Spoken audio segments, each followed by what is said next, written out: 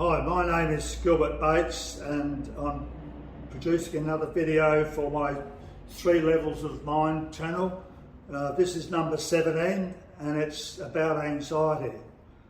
I want to explain what anxiety is from a 3 Levels of Mind perspective. So this isn't the normal perspective from psychology and psychiatry that you might read about. It's a perspective from somebody who's undergone Janov Primal Therapy and understands their 3 levels of mind and understands anxiety and also depression with the understanding of the 3 levels of mind.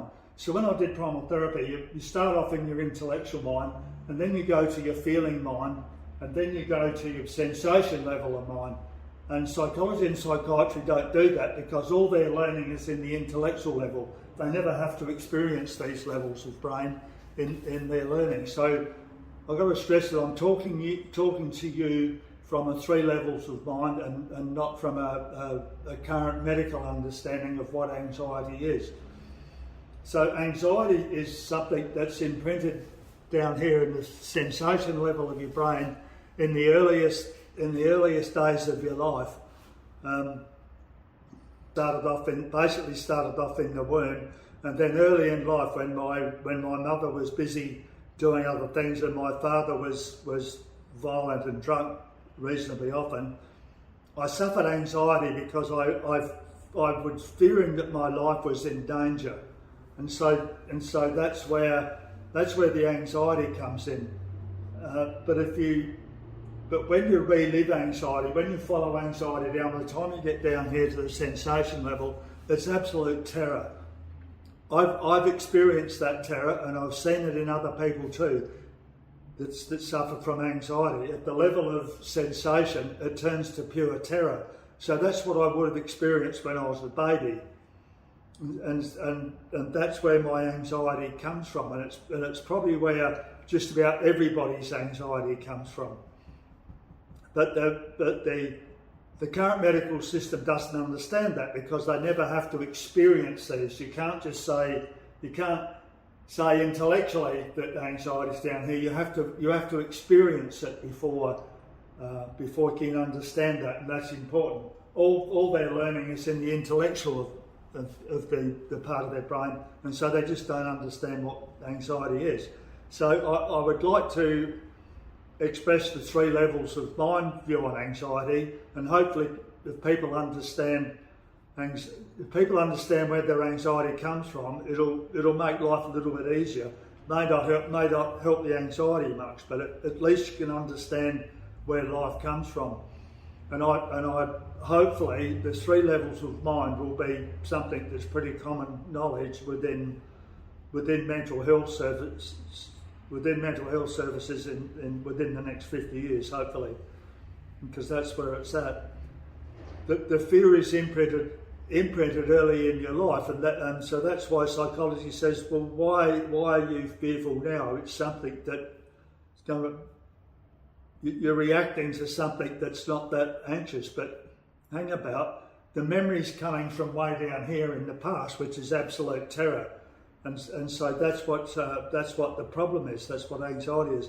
So if you want to deal with anxiety, like I did, or like people who do primal therapy do, you relive the anxiety. Like when the anxiety comes up, it's usually a trigger. Why am I anxious? Something's happened in your present life that connects back to here, and so the anxiety comes up. So that's the context. Then you can feel your anxiety. Let the anxiety come up.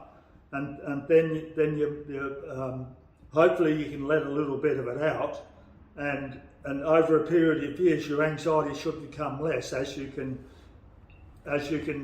let the anxiety out. It's like this box here. We get anxious and our depression and all that sort of stuff is stuck away in the box at these 2 levels of our brain, and then we put a big heavy lid on it so that we don't have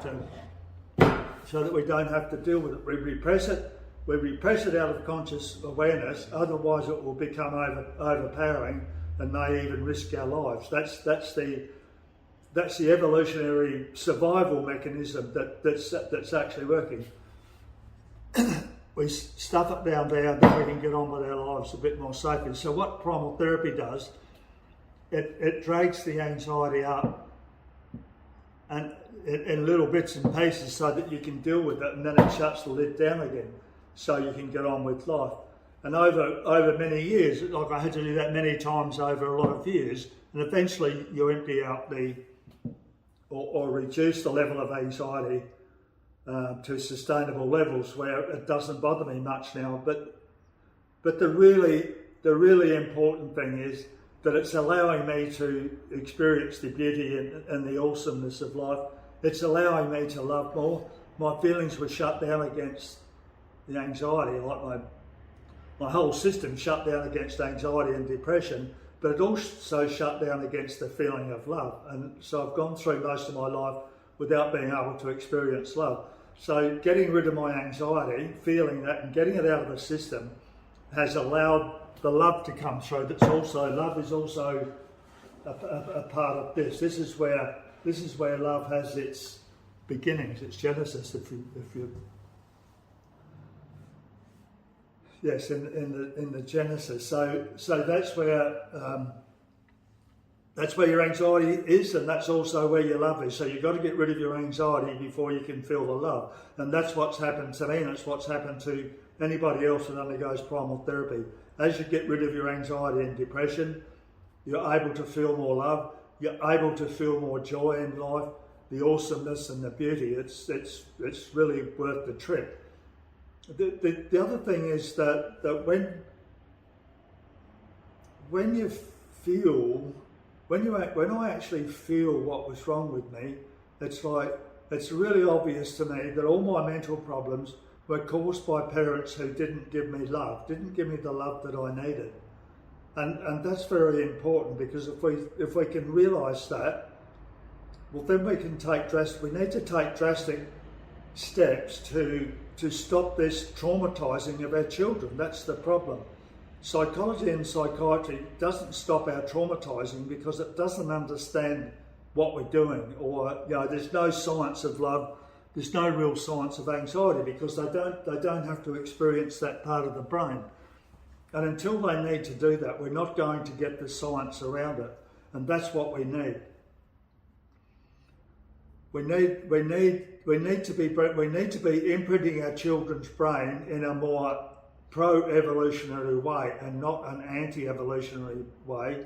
And that's how my brain was imprinted with fear and anxiety so strongly that I actually got suicidal.